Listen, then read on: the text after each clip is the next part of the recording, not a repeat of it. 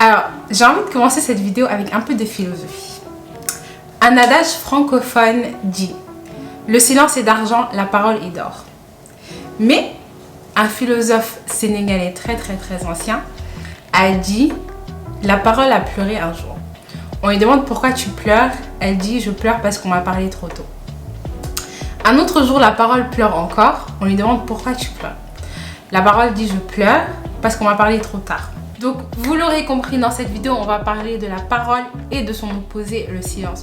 Pourquoi est-ce que c'est important de prioriser le silence, d'une part, dans certaines situations, et quelles sont les situations dans lesquelles il est mieux de garder le silence? Quelles sont les situations dans lesquelles il faut savoir garder son jardin secret et mesurer ce qu'on partage et ce qu'à l'inverse, on ne partage pas. C'est parti, bienvenue sur ma chaîne, moi c'est Rokaya et j'espère que vous allez aimer cette vidéo. Si tu es de retour, merci d'être toujours là, et si tu n'es pas encore abonné et tu es de passage sur ma chaîne, abonne-toi.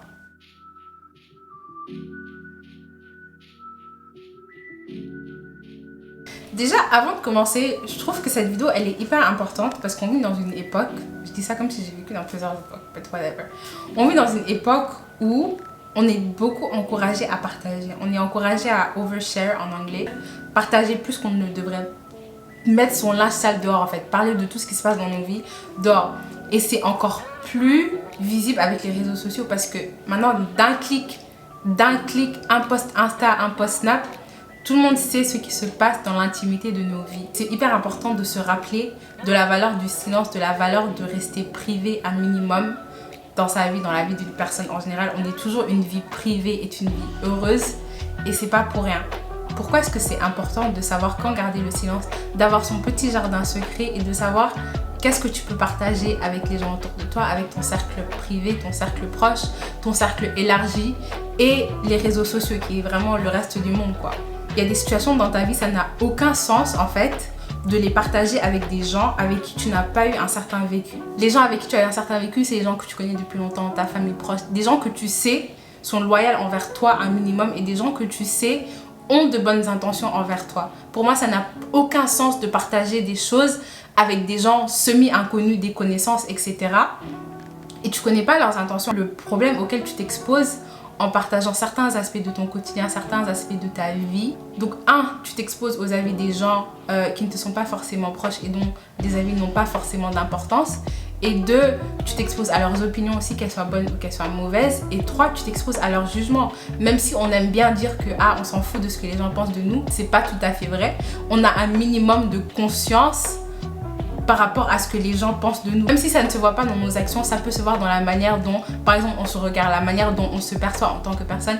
Il y a un minimum de ça qui est influencé par ce que les gens autour de nous pensent de nous. Donc maintenant, on va parler des aspects de ta vie qu'il faut savoir garder privé. Qu'est-ce qu'il faut partager, qu'est-ce qu'il ne faut pas partager, qu'est-ce qu'il faut limiter à son cercle privé, à son cercle élargi, à sa famille et aux réseaux sociaux. La première chose que tu dois savoir garder privé un minimum, c'est tes ambitions et tes projets. Quand on a des rêves, des passions et des ambitions qui nous animent, on est passionné par ces choses-là. On a envie d'en parler à tout le monde, à tout ce qui veut entendre. Tu as envie de dire à tout le monde, voilà mon nouveau projet, voilà ma nouvelle idée, c'est ce que j'ai envie de faire, voilà ce que j'ai envie de devenir plus tard, etc. Et quand tu partages tes ambitions, tes aspirations et tes rêves avec les gens, avec tout le monde, bien que ce soit pas forcément mal intentionné, tu te soumets aux avis de ces gens-là. On a tous déjà dit à un de nos proches ou à un de nos amis proches quelque chose qu'on voulait faire et leur première réaction c'était « fais attention ». Ils se basent sur eux, leur peur pour te dire de faire attention. Et ce que ça peut faire, c'est que ça peut tout simplement tuer tes rêves et tes aspirations. Quand tu vas dire à tout le monde que tu veux faire ceci, tu veux faire cela, et on te dit de faire attention. Et c'est pas forcément parce que les gens ont de mauvaises intentions, pas du tout. Ça veut juste dire que ces gens-là veulent ton bien et ils veulent que tu fasses attention. Mais sauf que l'effet que ça peut avoir, c'est que ça peut éteindre la passion que tu as pour ce projet-là, ça peut éteindre ton ambition et ton désir de vouloir aller vers l'avant. Et le deuxième scénario, ça peut aussi être que c'est des gens qui veulent pas forcément ton bien. Alors, je pense que la majorité du cas, les gens veulent que tu avances, les gens en tout cas avec qui tu partages, mais tu sais jamais. Donc il y a des gens aussi qui vont pas forcément vouloir que tu avances. Donc tu vas leur parler de ton projet. Ils vont soit essayer de te décourager de manière volontaire, soit ils vont essayer de voler ton idée, ou ils vont essayer de faire en sorte que ça ne se passe pas tout simplement. Donc la meilleure manière de se protéger, c'est de garder ses projets et ses aspirations pour soi, jusqu'à ce que ce soit à un stade assez solide pour que quelles que soient les opinions qui viennent vers moi, quels que soient les avis des gens, mais ça ne va pas changer la trajectoire que j'ai déjà commencé à prendre. Mais quand c'est encore au stade d'idée, quand c'est encore au stade de rêve et de projet, je pense que c'est plus safe de garder ça pour soi. Ou de partager avec vraiment 2-3 personnes maximum. Des personnes que tu sais veulent te voir réussir, veulent te voir bien faire et ne veulent que du bien pour toi. Tu sais que ces personnes-là, quel que soit l'avis qu'ils te donnent, au moins c'est 2-3 personnes, tu vois, ça va pas forcément changer ton jugement, mais tu sais que l'avis que ces gens-là vont te donner, ce sera bienveillant et ce sera vraiment pour ton bien. La deuxième chose qu'il faut savoir garder privée, ta vie privée et ce qui se passe dans ton intimité, ce qui se passe derrière les portes de chez toi. Maintenant, avec les influenceurs, les réseaux sociaux, tout ça, on oublie un peu la limite entre ce qu'on doit partager et ce qu'on ne doit pas partager. Parce qu'on rentre sur Snapchat, sur Instagram, etc. et on voit des gens qui partagent les moindres recoins de leur vie. Il ne faut pas oublier que ces gens-là, ça c'est leur travail. C'est leur travail de montrer chaque coin et recoin de leur vie. Ils savent comment le faire et ils savent comment se protéger des conséquences de cette ouverture-là. Et donc on peut regarder ça et se dire que ouais, c'est normal de partager certains aspects de sa vie, son quotidien, ce qui va bien et ce qui ne va pas bien avec le monde entier, alors que ce n'est pas du tout normal. Donc, ta vie privée, ce qui se passe dans ta famille, les problèmes de famille, etc. Bien évidemment, parfois on a besoin d'en parler, on a besoin de se libérer un peu et c'est pour ça qu'il y a des professionnels, hein. On n'est pas obligé d'aller tout mettre sur internet. Ce qui se passe dans sa famille, pour moi c'est un exemple de quelque chose qu'il faut savoir garder privé un minimum. Toutes les familles dans ce bas monde ont des problèmes. Il n'y a pas une famille parfaite. Toutes les familles ont leur lot de problèmes. Donc quand toi, tu vas te mettre sur internet ou tu vas exposer tes problèmes de famille au grand jour, que tout le monde sache ce qui se passe chez toi, déjà, ça t'enlève une certaine autonomie sur toi-même. Tu es un peu à la merci des opinions des gens et on n'y pense même pas, mais c'est hyper problématique. Tu es à la merci des opinions des gens. Tout le monde sait ce qui se passe chez toi. Tout le monde peut te juger en fonction de ça. Ça change la manière dont les gens même peuvent te traiter parce qu'ils savent ce qui se passe chez toi, même de manière inconsciente. C'est un peu comme si genre tu vas marcher dehors tout nu sans aucune protection. Pour moi, c'est l'équivalent de partager son linge sale dehors, que tout le monde sache ce qui se passe dans ta vie. Ok, tu peux partager avec des gens qui te sont proches, avec peut-être un membre de ta famille qui est plus proche, mais pour moi, ça n'a aucun sens d'aller partager avec des gens, encore une fois, avec qui tu n'as aucun vécu. C'est vraiment se mettre à nu dehors. Est-ce que tu marcherais nu dehors? Non. Donc pourquoi est-ce que tu mettrais à nu tes problèmes pour que tout le monde voit, pour que tout le monde sache? C'est le même principe. L'autre problème quand tu mets ta vie privée au vu de tous, c'est que tu donnes aux gens le droit d'avoir une opinion et de pouvoir interférer sur ta vie à toi, de pouvoir interférer sur ce qui se passe chez toi. D'un autre côté aussi, c'est comme si tu leur dois des comptes. Parce que tu as déjà commencé à parler de ces problèmes-là, les gens vont toujours revenir te demander « Ah, mais qu'est-ce qui se passe ?» Ils vont toujours chercher à te demander des updates et tu es un peu obligé de répondre parce que tu avais déjà commencé dans cette lancée-là. Le meilleur moyen de se protéger d'une certaine manière, c'est d'éviter de parler de son âge familial. Et aussi, il faut savoir qu'on ne vit pas dans un monde tout rose. Tout le monde n'a pas de bonnes intentions, tout le monde ne veut pas ce qui est mieux pour nous. On vit dans un monde où il y a des gens mauvais, qu'on le dise ou non. Donc il faut savoir reconnaître ça et savoir se protéger en conséquence. Et enfin, le dernier aspect de ta vie que je pense qu'il faut absolument savoir garder secret, c'est les finances. Tes finances, combien tu gagnes, combien il y a dans ton compte en banque, etc. Moi je trouve ça lunaire que autant de gens puissent savoir ce qui se passe dans ton porte-monnaie.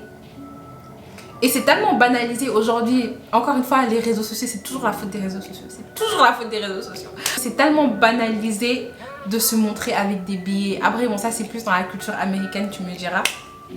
Mais c'est tellement banalisé de se montrer avec des billets, de montrer combien on gagne, combien est-ce qu'on cherche à gagner, combien est-ce qu'on a dans son compte épargne. Mais est-ce que vous vous rendez compte à quel point on a banalisé un truc qui était aussi tabou avant? Et moi, je pense que c'était tabou pour une raison.